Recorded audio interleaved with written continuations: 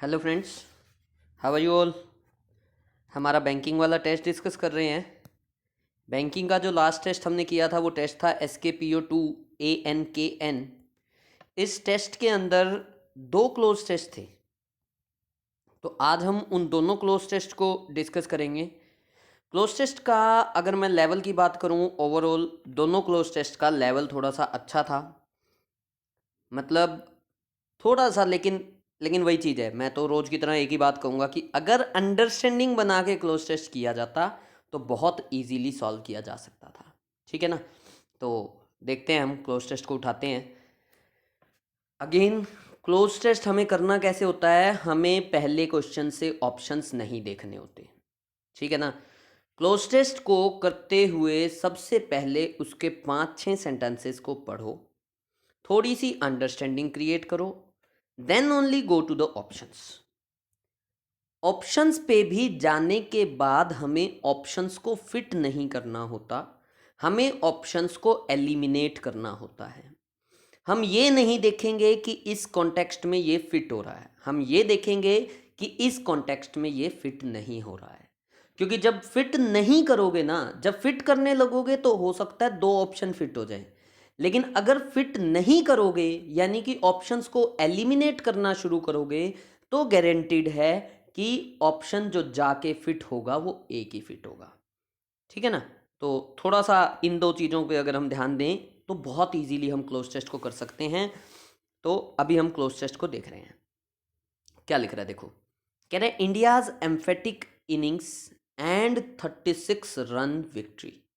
कह रहे हैं इंडिया की विक्ट्री, इंडियाज विक्ट्री लिख रहा है, और विक्ट्री भी कैसी थी, एम्फेटिक इनिंग्स एंड 36, मतलब बहुत जबरदस्त। एम्फेटिक का मतलब होता है जबरदस्त, जबरदस्त इनिंग्स एंड 36, मतलब एक इनिंग्स से जीते हम और 36 रन की विक्ट्री से। 36 रन, एक इनिंग और 36 रन से हम जीत गए। Victory dash England at Mumbai's Wankhede stadium has effectively broken a jinx. Jinx जो वर्ड होता है ना, इसका मतलब होता है मनहूसियत, मनहूस। तो ब्रेक ए जिंक्स होता है मनहूसियत को ख़त्म करना, बैड लक को ख़त्म करना। तो कहना है इंडिया की जो जीत हुई है, इंडिया ने जो विक्ट्री हुई है इंडिया की इंग्लैंड पे मुंबई के वानखेड़े स्टेडियम में, इससे एक जिंक्स टूटा है। ठीक है।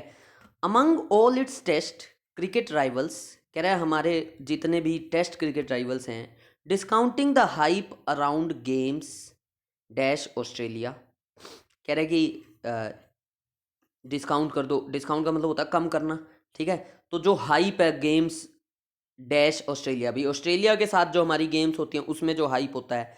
ठीक है। या हिस्ट्री दैट परमिएट्स जाउस इन्वॉल्विंग पाकिस्तान, और जो पाकिस्तान के साथ हमारे मैचेस होते हैं उसमें भी हाइप होता है। कह रहा है हिस्ट्री दैट परमिएट्स, परमिएट्स का मतलब होता है स्प्रेड थ्रू आउट, सारी जगह फैल जाना।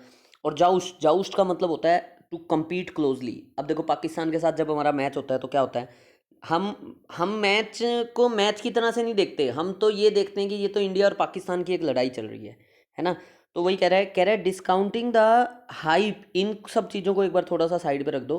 तो England had been a bugbear, England भी एक बगबियर रहा है। बगबियर वर्ड का मतलब होता है एक ऐसी चीज़ जो आपको हमेशा डराती है। जैसे एग्जाम्स हमारे लिए बगबियर हैं, इंग्लिश हमारे लिए बगबियर है। ठीक है ना। तो बगबियर का मतलब ये हो जाता है।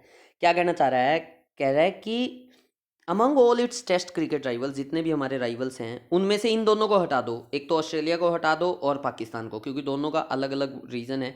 ऑस्ट्रेलिया थोड़ी सी अच्छी टीम है और पाकिस्तान हमारा छोटा भाई है, तो छोटे भाई से जब लड़ाई होती है तो अच्छा लगता है ना। तो इन दोनों चीज़ों को कह रहा डिस्काउंट कर दो, यानी कि साइड पे कर दो। इसके अलावा इंग्लैंड भी जो है ना एक, मतलब एक बगबियर रहा है। Dash India lost test series in England in 2011 and 2014।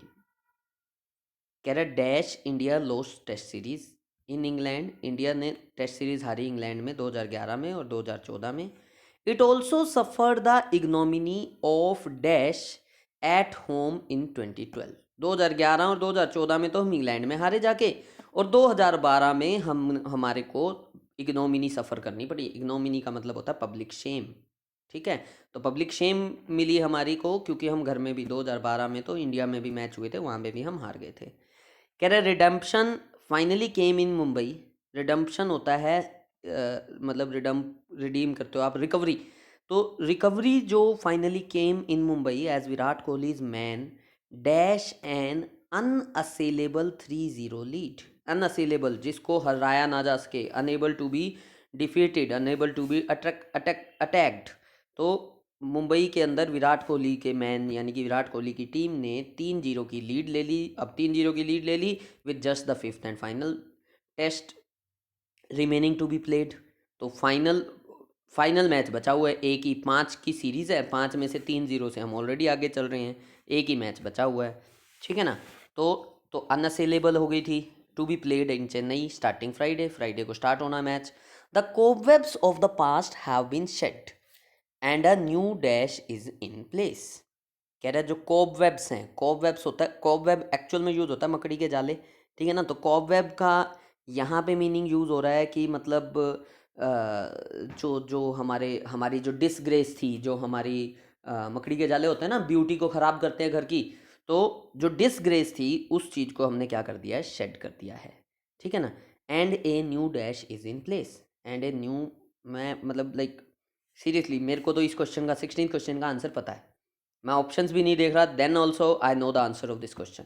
And a new order is in place, पक्की बात है इसके अंदर ऑर्डर हमें ऑप्शन में ज़रूर मिलेगा। New order is in place का मतलब होता है, some new order is in place का मीनिंग हो जाता है कि एक नई व्यवस्था चालू कर दी हमने, ठीक है ना। मतलब हमने हमने 3 बार से हम सीरीज़ हार चुके थे, अभी हमने क्या किया है, सीरीज़ को जीत के एक नई नई चीज़ हमने चालू कर दी है, ठीक है। कुछ इस टाइप की बात कर रहा है, इंडिया सीरीज़ जीतने को हो रहा है, अभी 5वां मैच बाकी है, तो उन सब चीज़ों की बात चल रहा है। अब हम ऑप्शंस के थ्रू चलते हैं, क्या लिख रहा है देखो। India's emphatic innings and 36 run victory dash England at Mumbai's Wankhede stadium has effectively broken a jinx. India's emphatic innings and 36 run victory over England, at England तो है ही नहीं, एट तो मुंबई वानखेड़े स्टेडियम है, तो एट तो वैसे ही गया, अगेंस्ट इंग्लैंड, ऑफ इंग्लैंड या ऑफ इंग्लैंड। तो ऑफ और ऑफ का, विक्ट्री ऑफ इंग्लैंड तो है ही नहीं, victory of O double F separation की सेंस होती है, ये भी नहीं हो सकता। दो ऑप्शन बचते हैं, विक्ट्री ओवर इंग्लैंड या विक्ट्री अगेंस्ट इंग्लैंड। तो देखो जो विक्ट्री जो होती है वो ओवर होती है, मैच जो होता है वो अगेंस्ट होता है, we compete against someone, but victory is always over someone, ठीक है ना। तो विक्ट्री जो है वो किसके ऊपर है, इंग्लैंड के ऊपर। तो victory over England at Mumbai's Wankhede stadium has effectively broken a jinx among all its test cricket rivals discounting the hype around games dash Australia, games to Australia, with in Australia, from Australia या against Australia. अभी देखो मैंने बोला था match जो करते हैं, games जो होती हैं वो अगेंस्ट होती है, लेकिन लेकिन विक्ट्री जो होती है वो ओवर होती है, तो यहाँ पे हमें चाहिए था अगेंस्ट। तो among all its test cricket rivals discounting the hype, मतलब कह रहा है इन दोनों हाइप्स को छोड़ दो, एक तो जो हमारी ऑस्ट्रेलिया के साथ गेम्स होती हैं, या एक उस हिस्ट्री को जो हमारी पाकिस्तान के साथ है, जिसके कारण उसमें बहुत ज़बरदस्त जाउस्ट होता है, जाउस्ट का मतलब हो जाता है कम्पीट क्लोजली, ठीक है ना। तो इन दोनों को छोड़ दो, तो games against Australia, England had been a bugbear, ठीक है। Dash India lost test series in England in 2011 and 2014। कह रहा है इंडिया जो है ना टेस्ट सीरीज में 2011 में भी हारा और 2014 में भी हारा। देखते हैं, वंस वंस क्यों, ट्वाइस ट्वाइस आएगा ना, twice India lost test series in England in 2011 and 2014। अगले ऑप्शन और देख लो, थ्राइस, फोर्थ या फिफ्थ। देखो ट्वाइस और थ्राइस में थोड़ी सी कंफ्यूजन क्रिएट हो सकती थी, क्यों हो सकती थी, देखो यहाँ क्या लिख रहा है, कह रहा है India lost test series in England in 11 and 14, it also suffered the ignominy of dash at home in 2012। तो इसको पब्लिक शेम का सामना करना पड़ा, और कौन सी पब्लिक शेम का सामना करना पड़ा, जो इग्नोमिनी हुई एट होम, ठीक है ना। तो अब देखो यहाँ पे या तो ट्वाइस होना चाहिए या फिर क्या होना चाहिए, थ्राइस होना चाहिए। तो देखो इन दोनों सेंटेंसेस के बीच में अगर आप ध्यान से देखो ना, देखो लग तो रहा है 2 बार तो हम वहाँ हारे हैं इंग्लैंड में जाके, और 1 बार हम इंडिया में भी हारे हैं, लेकिन दोनों सेंटेंसेस के बीच में ना एक सेमीकोलन दिया हुआ है, और ये सेमीकोलन दे के इन्होंने दोनों सेंटेंसेस को अलग कर दिया। ये जो सेमीकोलन होता है ना, ये फुल स्टॉप और कोमा के बीच का काम करता है, सेंटेंसेस को अलग कर देता है लेकिन जोड़ता है, ठीक है ना। तो अब यहाँ पे हमें जो चाहिए, हमें ट्वाइस चाहिए, थ्राइस नहीं चाहिए। ट्वाइस और थ्राइस में यही कंफ्यूजन थी कि 3 बार हारे हैं, लेकिन हारे हम इस सेंटेंस में कितनी बार दिया हुआ है इसने, इसने दिया है 2 बार ही। तो twice India lost test series in England in 2011 and 2014. It also suffered the ignominy of dash at home in 2012. Ignominy, public shame of enjoying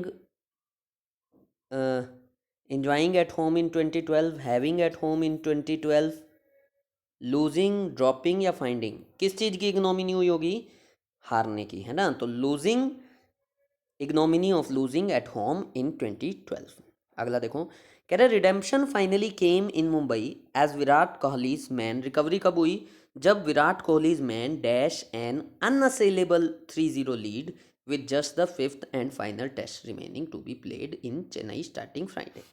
जब विराट कोहली के मैन ने क्या कर लिया, एक अनअसेलेबल विक्ट्री को अटेन कर लिया। देखो अटेन वर्ड आ सकता था, लेकिन अटेन जो है ना प्रेजेंट में चल रहा है, जबकि सारी की सारी कहानी चल रही है पास्ट में। तो अटेन जो है हमारा एलिमिनेट हो जाता है।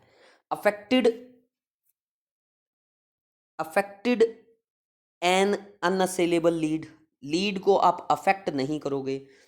प्रूव्ड एन अनअसेलेबल लीड, तो लीड आपने प्रूव नहीं की होगी। सिक्योर्ड ए लीड या इंजर्ड, इंजर्ड आ नहीं सकता, तो एक ही ऑप्शन हमारे पास बच रहा है, दैट इज सिक्योर्ड। तो they secured a lead, unassailable 3-0 lead with just the 5th and final test remaining to be played in Chennai starting Friday. The cobwebs of the past have been shed and a new order is in place। जैसे मैंने बताया ही था पहले ही, new form is in place, new players is in place, new way is in place, new order is in place या new line is in place। देखो new form is in place, form क्यों चाहिए, कोई किसी person की form की बात नहीं हो रही, ठीक है ना। ए न्यू प्लेयर्स नहीं हो सकता, ए के बाद सिंगुलर चाहिए। A new view way is in place, तो नया रास्ता रास्ते में है, समझ नहीं आ रही ये बात। New order is in place या न्यू लाइन, अगेन ये तो थोड़ा सा वही चीज़ है, अगर आपकी रीडिंग अच्छी हो ना तो ये चीज़ें तो अपने आप निकल के आती हैं, ठीक है। यही फ़ायदा होता है रीडिंग का, इसीलिए मैं क्लासेस में हमेशा रीडिंग रीडिंग करता हूँ, ठीक है। आगे देख रहे हैं क्या कह रहा है। In its last 17 tests, India remained dash, the highlight being 13 wins। कह रहा है in its last 17 test India remained dash, India dash रहा, और द हाईलाइट ये है कि 13 बार जीता, 13 बार जीता है 17 मैचेस में। तो 17 मैचेस में क्या रहा होगा, ऑप्शंस देखते हैं। अनविन, अगेन अनविन जो है, जैसे पिछले ऑप्शन में पीछे 15th क्वेश्चन में अटेन फर्स्ट ऑप्शन जो था फर्स्ट फॉर्म में आ गया था, तो ये भी फर्स्ट फॉर्म हो गई, ये तो हो ही नहीं सकता। इंडिया रिमेन्ड अनडिफीटेड, अनडिफीटेड हो सकता है। अगला ऑप्शन देखते हैं पहले, डिफीटेड, देखो डिफीट तो हुआ ही नहीं 17 मैच में, 13 बार तो जीत चुका है, लिख ही रहा है साफ, तो डिफीटेड नहीं हो सकता। इंडिया रिमेन्ड चैलेंज्ड, इंडिया को चैलेंज मिलता रहा, चैलेंज, चैलेंज भी यहाँ पे नहीं आ सकता, क्योंकि देखो चैलेंज तो 17 के 17 मैचेस में मिला होगा, लेकिन वो लिख रहा है कि जीता, मतलब 13 मैच तो जीत गया। और अनचैलेंज, ये बात भी नहीं हो सकती कि अनचैलेंज रहा, चैलेंज तो था ही, ठीक है ना। तो क्या ऑप्शन बनता है, undefeated. India remained undefeated, the highlight being 13 विंस। This dash the purple patch from 1985 to 1987 that featured 4 victories, 12 draws and a tie across 17 games। Purple patch, देखो पर्पल पैच जो वर्ड है ना, इस पर्पल पैच का मतलब होता है कोई भी एक ऐसा टाइम जब पर्पल पैसेज भी लिखा जाता है, पर्पल पैच भी लिखा जाता है। इसका मतलब होता है कि जब ना आपका टाइम बहुत ज़्यादा बढ़िया चल रहा हो, सक्सेसफुल टाइम मिल रहा हो। तो कह रहे हैं this dash the purple patch from 1985 to 1987। कह रहे हैं 1985 से 1987 में भी एक ऐसा ही पर्पल पैच था, जब 4 बार तो हमारी विक्ट्री हुई, 12 ड्रॉ हुए थे और एक टाई हुआ था 17 गेम्स में। तो this dash the purple patch, this equals the purple patch, this likes the purple patch. अच्छा, ये अभी जो विक्ट्रीज हुई है इसने लाइक किया है पर्पल पैच को, 87 वाले को ना, भाई लाइक करने का ऑप्शन नहीं हो सकता। This comes the purple patch, this comes the purple patch भी नहीं ऑप्शन हो सकता। This decides the purple patch, इसने 1987 वाले पर्पज को डिसाइड किया है, या दिस एहेड्स उससे आगे निकले हैं। तो देखो आगे भी नहीं निकले हैं, 17 मैचेस हैं, 17 मैचेस में अनडिफीटेड रहे हैं। ऊपर इसने ये बात लिखी थी और अभी भी लिख रहा है, हम पिछले भी 17 मैचेस में अनडिफीटेड रहे थे, अभी भी 17 मैचेस में अनडिफीटेड रहे हैं। तो this equals the purple patch from 1985 to 1987 that featured 4 victories, 12 draws and a tie across 17 games. India can do one better if it wins or at least dash at Chennai. कह रहा है India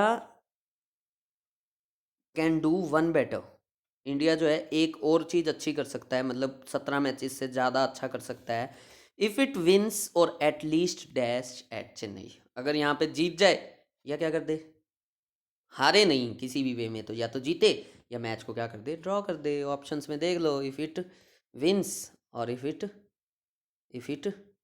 wins, wins तो दे ही रखा है, और at least drawers the match, plays the match नहीं आ सकता, play तो करना ही है।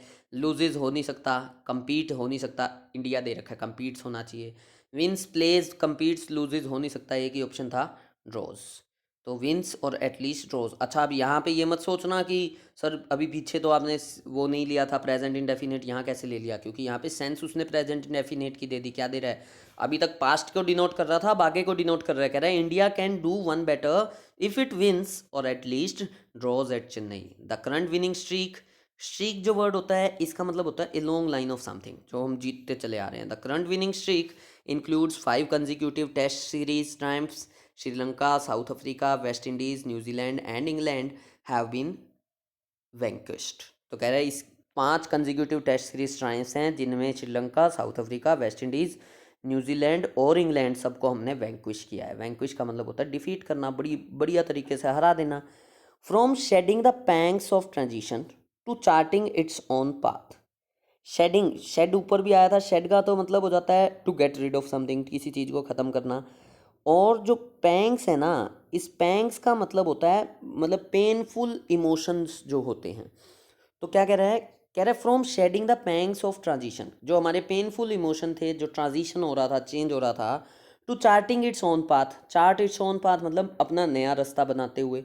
द प्रेजेंट स्क्वाड, कह रहे पुराने पेनफुल टाइम को ख़त्म करते हुए और अपना नया रास्ता बनाते हुए। द प्रेजेंट स्क्वाड, स्क्वाड का मतलब हो जाता है टीम, ग्रुप। तो जो प्रेजेंट टीम है has shown that it respects the aura of test. Aura हो जाता है मतलब एस्पेक्ट, क्वालिटी, नेचर। तो मतलब जो टेस्ट मैच का जो नेचर है, ओरा है, जनरली कहा जाता था ना कि 2020 आ गया तो टेस्ट मैच जो है वो ख़त्म हो जाएंगे। तो ये दिखाना चाह रहा है कि हमारी जो स्क्वाड है, हमारी जो टीम है, has shown that it respects the aura of test and is fiercely, fiercely का मतलब होता है एक्सट्रीमली डैश टू विन। मतलब हमारी जो टीम है ना वो एक्सट्रीमली डैश है टू विन। क्या है extremely, extremely urged to win. Urged का मतलब तो होता है किसी को परसुएड करना, आग्रह करना। तो टीम को आग्रह कर रहा है कोई। कंपेल, कंपेल का मतलब होता है किसी को फोर्स करना। मोटिवेटेड, टीम मोटिवेटेड है। कोक्स जो वर्ड होता है ये भी होता है परसुएड करना, परसुएड ऑप्शन भी दे रहा है। देखो फर्स्ट, फोर्थ और फिफ्थ ऑप्शन तीनों सिनोनिम है और तीनों एग्जैक्ट सिनोनिम है। तीनों का मतलब हो गया परसुएड करना, मनाना। तो टीम को मनाया जा रहा है क्या, कोई जाके कह रहा है कि भाई मान जाओ और जीत जाओ, ऐसा तो कुछ नहीं है ना। या कोई जाके कंपेल कर रहा है, फोर्स कर रहा है कि जीतो। The team is motivated. देखो वही लिखना चाह रहा है यहाँ पे, क्या लिख रहा है, कह रहा है and is fiercely motivated to win. Team जो है मोटिवेटेड है जीतने के लिए। It is a trait Kohli shares with coach Anil Kumble. और ये एक ऐसी क्वालिटी है जो कोहली और अनिल कुंबले दोनों आपस में शेयर करते हैं। तो ओवरऑल अगर मैं बात करूं तो देखो थोड़ा सा लेवल अच्छा इस सेंस में कह सकता हूँ कि थोड़ी सी वो कैब अच्छी थी। थोड़ा सा ऑथर ने जिस तरीके से चीज़ों को लिखा हुआ है, जिस तरीके से चीज़ों को डिनोट किया हुआ है, वो चीज़ अच्छी थी। बट अदरवाइज कोई एज सच इतनी डिफ़िकल्ट चीज़ नहीं थी। ठीक है ना। अगले वाला जो क्लोज टेस्ट है ये थोड़ा सा अच्छा था। अच्छा, अच्छा इस सेंस में कि मतलब वैसे तो देखो सेंस बनाने पे आओ तो सेंस बन रही है, सेंस में कोई इशू भी नहीं था, कुछ भी इशू नहीं था। ठीक है। थोड़ा सा ध्यान देने की ज़रूरत थी। अगेन हम पहले पढ़ेंगे, उसके बाद ऑप्शंस को देखेंगे। पढ़ते हैं, देखो। कह रहे the terrorist attack on a hotel in Mombasa, Kenya should give Israel and its backers in the US enough reason to rethink their stance। कह रहे टेररिस्ट अटैक हुआ है मोम्बासा कीनिया के अंदर एक होटल पे, इससे इजराइल और इसके बैकर्स, बैकर्स हो जाते हैं सपोर्टर्स, इन द यूएस, जो यूएस में बैठे हैं, उनको एक इनफ रीज़न मिल जाना चाहिए टू रीथिंक देयर स्टांस, कि भाई वो अपनी पोजीशन के बारे में दोबारा से सोचें। Israel has traditionally taken the view in practice if not always in theory. कह रहे इजराइल का ना हमेशा यही व्यू रहा है, ट्रेडिशनली पुराने टाइम से यही व्यू रहा है, at least in practice if not always in theory में। मतलब चाहे उसने सबके सामने लिख के ना दिया हो, कहा ना हो, लेकिन जो व्यू रहा है ना वो तो यही रहा है। ठीक है, समझ में आती है ये चीज़। ठीक है, in theory that the best way of dealing with Palestinian issue is to dash terms from a position of military strength. कह रहा है इसका जो बेस्ट वे, मतलब इसका मानना ये है कि बेस्ट वे जो है ना डील करने का पैलेस्टीनियन इशू से, इज टू डैश टर्म्स, वो ये है कि टर्म्स को डैश किया जाए from a position of military strength. भी मतलब मिलिट्री स्ट्रेंथ से इस इशू को सॉल्व किया जाए, इसका मतलब कहीं ना कहीं ये वाला तरीका रहा है। ठीक है, इस चीज़ को मिलिट्री स्ट्रेंथ से, यानी कि फोर्सफुली हम इशू को सॉल्व करें, इसका तरीका ये रहा है। The effects of this hard line stance, देखो लिख भी रहा है hard line stance. Hard line होता है मतलब जो ये लड़ाई लड़के राजी हैं, मतलब ये यूँ नहीं चाहते कि बातचीत कर ले, ये चाहते हैं कि हम अपनी मर्जी से चलेंगे, जो भी करेंगे मिलिट्री की बेसिस पे करेंगे।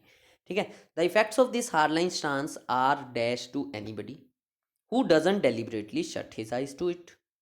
कह रहा है ये जो इसके इस हार्डलाइन स्टांस के जो इफ़ेक्ट्स हैं ना, वो डैश हैं एनीबडी को, किसी को भी डैश होंगे, हु डजन, जो अपने जानबूझ के आइज़ बंद ना करे। आइज़ बंद नहीं करे तो आइज़ नहीं बंद करोगे तो क्या होंगे, इसके इफ़ेक्ट्स दिखेंगे, तो दिखने वाला कुछ ऑप्शन चाहिए होगा। आगे देखते हैं। While nobody in his senses would argue. कह रहे कोई भी बंदा जो होश में है ना, वो ये चीज़ तो आर्ग्यू नहीं करेगा, क्या, that Israel's treatment of the Palestinians justifies terrorist response. कि भाई जो इज़राइल का जो इनके पैलेस्टीनियंस के लिए जो भी जो भी इनका जो ट्रीटमेंट है वो जस्टिफाई करता है टेररिस्ट रिस्पॉन्स। भाई ठीक है, ये बात भी कोई नहीं कह सकता कि भाई अगर इज़राइल उनको थप्पड़ मार रहा है तो इसका मतलब ये भी नहीं कि फ़लस्तीनियन जो है टेररिस्ट बना के छोड़ दें, तो इस चीज़ को भी कोई जस्टिफाई नहीं करता। लेकिन it would be equally dash, लेकिन सेम वे में ये चीज़ भी बिल्कुल मतलब इक्वली गलत वाली सेंस आनी चाहिए, to argue that Israel has not help the cause of terrorist. कह रहे हैं लेकिन इसका मतलब ये भी नहीं है कि आप ये कह दो कि इज़राइल ने हेल्प नहीं की। भाई आप अगर किसी को थप्पड़ मारते रहोगे तो एक टाइम तो वो भी आएगा ना जब सामने वाला भी विद्रोह करेगा। तो कह रहा है कि इज़राइल ने भी कहीं ना कहीं इन टेररिस्ट की हेल्प की है, लाइक उसामा बिन लादेन और डिक्टेटर्स लाइक सद्दाम हुसैन, इनकी कहीं ना कहीं इसने हेल्प की है। ठीक है, कुछ ऐसी ही बातें चल रही हैं, अब ऑप्शंस के थ्रू पढ़ने की कोशिश करेंगे। The terrorist attack on hotel in Mombasa, Kenya should give Israel and its backers in the US enough reason to rethink their stance. Israel has traditionally taken the view in practice, if not always in theory, that the best way of dealing with the Palestinian issue is to dash terms from a position of military strength. is to bid terms। bid terms का तो मतलब होता है, bid का मतलब होता है offer करना, तो ये टर्म्स ऑफर थोड़ी कर रहा है। इज टू इशू टर्म्स, मतलब ये टर्म्स को, अपनी शर्तों को इशू कर रहा है। डिक्टेट टर्म्स, डिक्टेट का मतलब होता है कि दूसरे को कोई वो मत देना, दूसरे की बात सुनना ही नहीं, अपनी ही चीज़ चलाना, उसको बोलते हैं डिक्टेट टर्म्स। या प्रोनाउंस, प्रोनाउंस का मतलब होता है कहना। और नेगोशिएट, नेगोशिएट का तो मतलब होता है बातचीत करना। देखो बिड और नेगोशिएट तो वैसे ही नहीं हो सकता। बिड में तो ऑफर करते हो आप कि ऐसा कर लें, ठीक है, जैसे जैसे बिडिंग हो रही होती है कहीं पे, नीलामी ऑक्शन हो रही होती है, तब हम बिड करते हैं, ठीक है ना, कि मेरा बिड ये है, तो बिड तो वैसे ही नहीं आ सकता। फिर बात बनी इशू टर्म्स, प्रोनाउंस टर्म्स, और नेगोशिएट भी नहीं हो सकता, बातचीत नहीं कर रहा। तो टर्म्स को इशू कर रहा है, प्रोनाउंस कर रहा है, या डिक्टेट कर रहा है। अब देखो ये क्या कर रहा है, ये अपनी स्ट्रेंथ दिखाना चाह रहा है, और जो बंदा स्ट्रेंथ दिखाता है वो टर्म्स को ना तो इशू करता है ना प्रोनाउंस करता है, वो टर्म्स को क्या करता है, डिक्टेट, मेरी चलो, मेरी ही चलेगी। तो इजराइल जो है हमेशा से यही कहता है कि मेरी चलाओ, ऐसे फिलिस्तीनियंस की मैं नहीं सुनने वाला, ठीक है ना, हमेशा उनको दबाता आया है। तो कह रहा है the effects of this hardline stance are dash to anybody who doesn't deliberately shut his eyes to it. कह रहे हैं जिसकी आंखें खुली हो ना तो सबको ये दिख रही है चीज़, क्या चीज़ है, ऑप्शंस देखते हैं। The effects are dash to anybody, are conspicuous to anybody. Conspicuous जो वर्ड होता है ना, इसका मतलब होता है क्लियरली विजिबल। पेटेंट, पेटेंट का तो यहाँ पे कोई वर्ड, पेटेंट तो जो वर्ड होता है इसका मीनिंग होता है जैसे वो हम पेटेंट ले लेते हैं किसी टेक्नोलॉजी पे, किसी चीज़ के ऊपर अधिकार हमारा हो जाता है, कोई और नहीं बना सकता उसको ना, पेटेंट वाला ऑप्शन नहीं है। पेल्पेबल, पेल्पेबल का मतलब भी होता है क्लियरली विजिबल। ऑब्वियस का मतलब भी होता है क्लियर विजिबल। और श्राउड, श्राउडेड जो वर्ड है, श्राउड का तो मतलब होता है कफन। तो श्राउडेड तो भाई किसी की बॉडी पे कफन चढ़ा दिया हो। लेकिन यहाँ पे देखो तीन सिनोनिम आ गए, और तीनों का मीनिंग बिल्कुल सेम है, कंस्पिकुअस, पैल्पेबल और ऑब्वियस। तीनों एग्जैक्ट सिनोनिम है, तीनों का मीनिंग सेम है, क्लियरली विजिबल। और चाहिए भी हमें यही वर्ड, क्लियरली विजिबल। लेकिन अब तीन सिनोनिम, तीनों में से तीनों तो हम ऑप्शन में नहीं दे सकते, तो हमें एक ऑप्शन देना है। अब हमें यहाँ पे इनके यूसेज को देखना पड़ेगा। सेंटेंस के अंदर देखो क्या लिख रहा है, कह रहा है the effects of this hardline stance are dash to anybody, are clear to anybody, clearly visible to anybody, are clear to anybody. Obvious जो वर्ड है इसका एग्जैक्ट मीनिंग होता है क्लियर, ठीक है। और दूसरी चीज, ऑब्वियस के बाद टू यूज होता है, कंस्पिकुअस और पैल्पेबल के बाद आपको टू यूज नहीं मिलेगा। तो ऑब्वियस टू यहाँ पे यूसेज था, मतलब cloze test is a mixture of your understanding, your vocab power, your reading ability as well as grammar. सब चीजों का मिक्सचर बन के बनता है क्लोज टेस्ट। खाली आपको वो कैब आती है तब भी आप क्लोज टेस्ट नहीं कर सकते। खाली आपको, अब देखो वो कैब तो आती थी, तीनों वर्ड्स का मीनिंग सेम था, कंस्पिकुअस, ऑब्वियस और पैल्पेबल। अब चाहिए क्या था यहाँ पे, यहाँ पे चाहिए था यूसेज, ठीक है ना। तो सब चीज़ों का मिक्सचर है, और ये सारी चीज़ें अगेन मैं रोज क्लासेस में बोलता हूँ कि ये सारी चीज़ें होंगी रीडिंग से। जितनी मैक्सिमम रीडिंग करोगे उतनी ज़्यादा इंग्लिश की आपकी एक्यूरेसी बढ़ने लग जाएगी। आपको देखो मैंने साफ बता दिया, reading reading reading reading and only reading is the solution for doing English, ठीक है। आगे देख रहे हैं, कह रहा है while nobody in his senses would argue that Israel's treatment of the Palestinians justifies terrorist response। कह रहा है कोई भी अपनी सेंसेस में, जो होश में बंदा बैठा है, वो ये नहीं कहेगा कि भाई इसराइल का जो फलस्तीनियन के साथ ट्रीटमेंट है, उससे जो फलस्तीनियन जो अपना टेररिस्ट वाला रिस्पॉन्स दे रहे हैं वो ठीक है। भाई फलस्तीनियन की भी बात गलत है जो टेररिस्ट पैदा कर रहे हैं, लेकिन it would be equally dash to argue, it would be equally futile, futile का मतलब होता है व्यर्थ, तो व्यर्थ होगा आर्ग्यू करना। It would be it would be equally inefficacious to argue. Inefficacious to लगाने की जरूरत तो नहीं थी, इनएफिकेशियस वर्ड का मीनिंग भी होता है फ्यूटाइल, ठीक है, इनइफेक्टिव, अनसक्सेसफुल, लेकिन वही टू लगाने की जरूरत नहीं थी, तो ये ऑप्शन खत्म हो जाता है। एबोर्टिव टू आर्ग्यू, एबोर्टिव का मतलब भी होता है अनसक्सेसफुल, तो अनसक्सेसफुल आर्ग्यूइंग डायरेक्ट लगा देते, अनसक्सेसफुल टू आर्ग्यू, फिर अगला ऑप्शन अनसक्सेसफुल ही दे रहा है। और रैशनल, रैशनल तो लॉजिकल हो गया, लॉजिकल पॉजिटिव वर्ड तो आ ही नहीं सकता था। देखो चारों सिनोनिम, पहला पहला दूसरा तीसरा चौथा चारों फिर सिनोनिम आ गए, लेकिन हमें वही देखना था कि टू किसके साथ लगाना है। तो futile to argue that Israel has not helped the cause of terrorists like Osama bin Laden or dictators like Saddam Hussein. It is no dash that both bin Laden and Saddam have repeatedly used Israel as a symbol of the enemy. कह रहे it is no dash, ये कोई dash नहीं है कि bin Laden, Osama bin Laden और Saddam ने हमेशा बार बार इसराइल को एक एनिमी का सिंबल यूज़ किया है।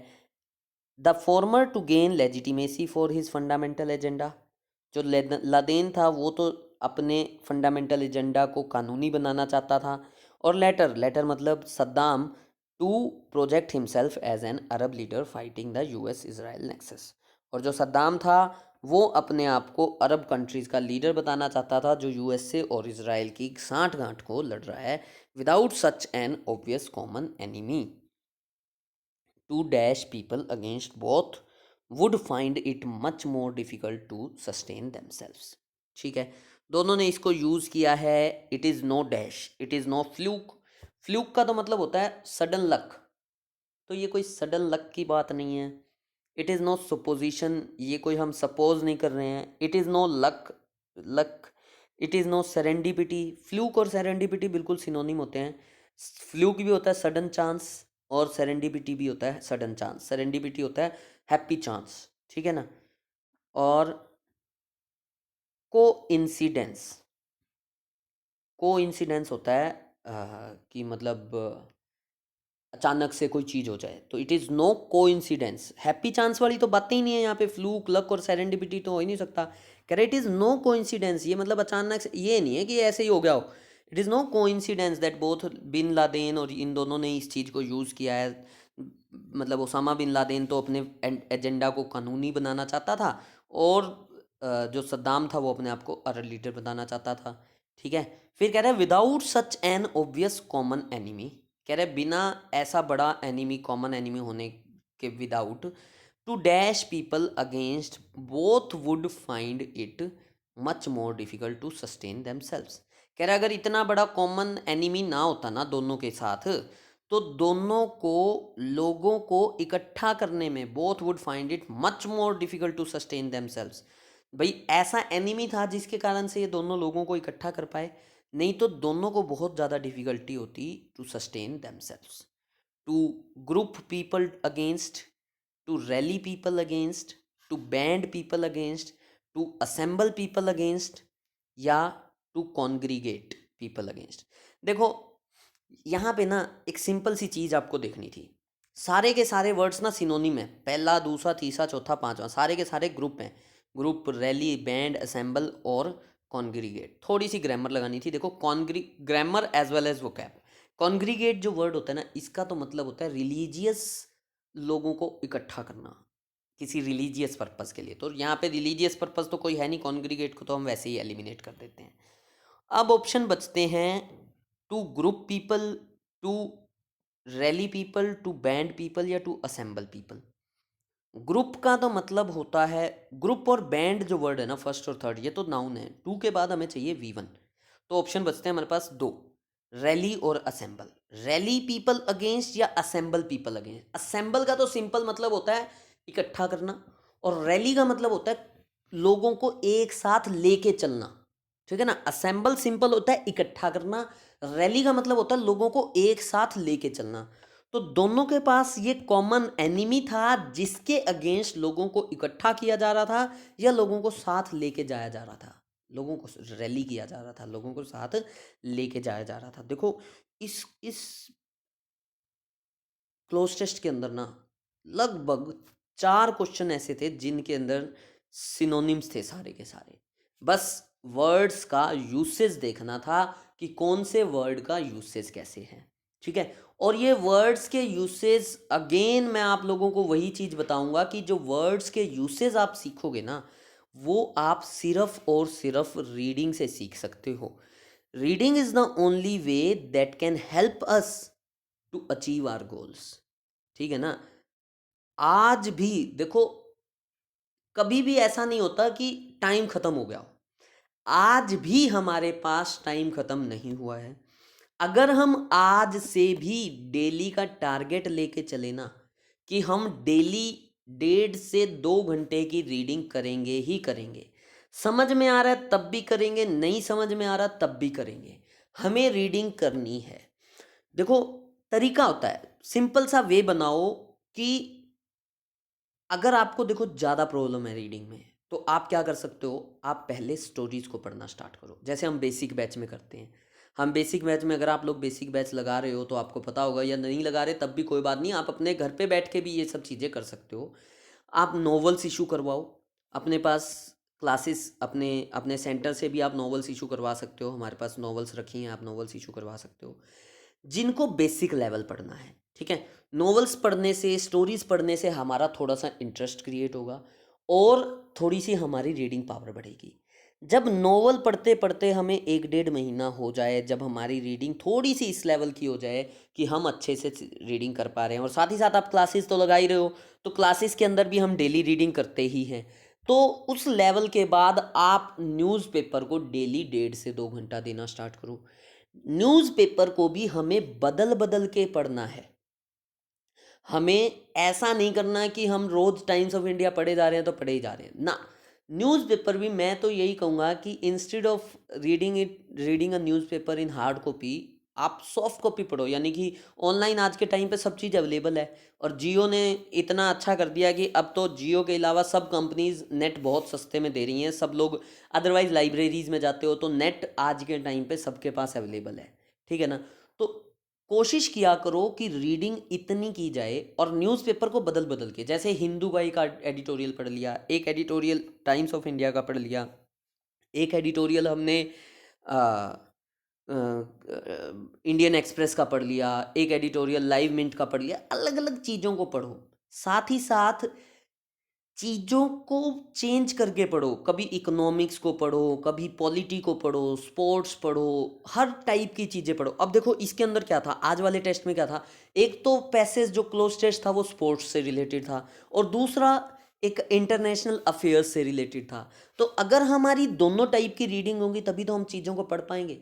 कभी कभी फिलॉसफी पढ़ो, हर टाइप की चीज़ों का मिक्सचर पढ़ो। देखो इस टाइम पे जहाँ तक मुझे पता है अभी कोई भी एग्ज़ाम आसपास में नहीं दिख रहा है। एक एसओ का जरूर आगे आ रहा है, या आईबीपीएस क्लरिकल मेंस जो होगा वो होगा। इसके अलावा जो चीज़ें बचती हैं वो या तो बचती है अब आगे आने वाले टेस्ट में, या तो एसबीआई का टेस्ट बचता है, या एसबीआई के अलावा फिर अब अगले साल पे अगस्त के बाद आएंगे हमारे टेस्ट, पीओ के, क्लर्क के जो भी टेस्ट आएंगे। तो यानी कि हमारे पास अब जो है, अभी दिसंबर है तो हमारे पास 6-7 महीने का टाइम है।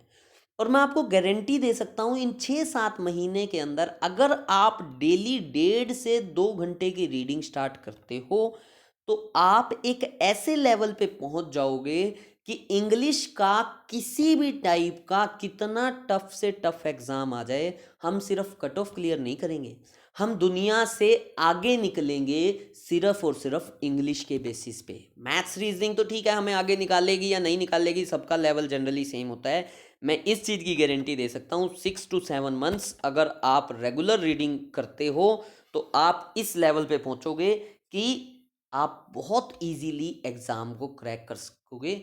इंग्लिश जो है ना आपका एक एज बनेगा। Cut off clear simple English की नहीं करवाएंगे, इंग्लिश से हम बाकी सब कट ऑफ्स भी क्लियर करेंगे। कुछ लोगों के साथ ये होता है कि सर 42 की कट ऑफ गई, मेरी ओवरऑल कट ऑफ नहीं क्लियर हुई, 37 मार्क्स रह गए।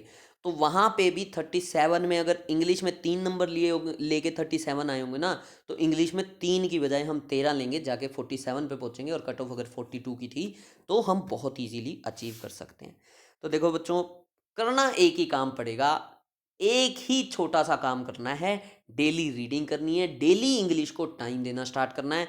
ये अगर एक छोटी सी चीज़ कर ली, मैं आपको गारंटी दे सकता हूँ आप बहुत इजीली अपने गोल को अचीव कर सकते हो। और देखो कंपटीशन इतना ज़्यादा हो चुका है कि हमें स्मार्ट वर्क करना पड़ेगा, और जो मैं आपको तरीका बता रहा हूँ ये स्मार्ट वर्क का ही तरीका है। 1.5 से 2 घंटा डेली रीडिंग करो, नॉवेल्स पढ़ने स्टार्ट करो, नॉवेल्स में इंटरेस्ट भी बनेगा आपका, ठीक है। तो थोड़ा सा रीडिंग करना स्टार्ट कर दो, बहुत ईजीली आप एग्ज़ाम को क्रैक कर जाओगे, ठीक है ना।